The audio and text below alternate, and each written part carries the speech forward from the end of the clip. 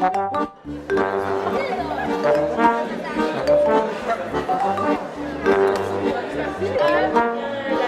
remarqué qu'il y en avait un qui était différent des autres. On l'avait ici. Moi, je l'ai trouvé comme ça. Je l'ai volé.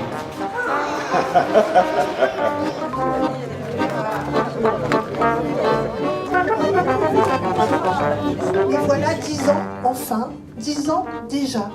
10 ans que la famille s'agrandit, car oui, il s'agit bien, bel et bien, d'une histoire de famille. On vit aujourd'hui, ici, cette étape de nouvelle forme de résistance.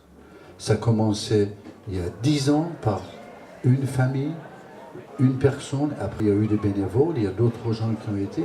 Ça, pour moi, c'est une vraie forme de résistance, c'est de répandre la connaissance. Chaque film qu'on voit ici, chaque expo qu'on voit ici, ça montre une partie de l'engagement de l'humanité. Il me faudrait pour compagne la fille d'un lord d'Espagne, avec une princesse à la queue. Mon lac se mettrait à gonfler, on dirait par tout le pays, le joueur de flûte a trahi. C'est une histoire incroyable, c'est une petite histoire vraiment à la grande, on dit souvent ça, nous les gens qui font des documentaires, de raconter la grande histoire par des destins individuels, mais là c'est vraiment le cas et je pense que ça va rejoindre la conversation qu'on avait ce matin pour ceux qui étaient là sur comment faire à notre petite échelle. Nicolas est architecte, fauché, bon époux, bon père de famille.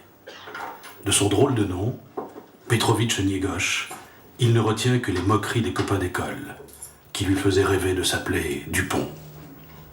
S'il avait pu alors leur répliquer qu'il était le prince de Monténégro, mais voilà, il n'en savait rien.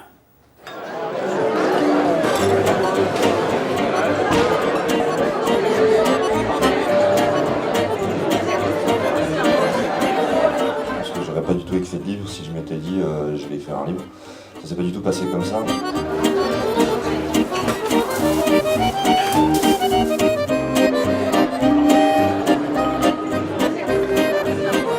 Moi, ce qui m'intéressait, c'était la manière dont la ZAD se transformait et aussi comment les personnes qui étaient sur place aussi se transformaient en même temps dans cette expérience qui était à la fois une expérience politique et une expérience aussi sensible. Mais en fait, attends, ça devrait faire ce bruit-là.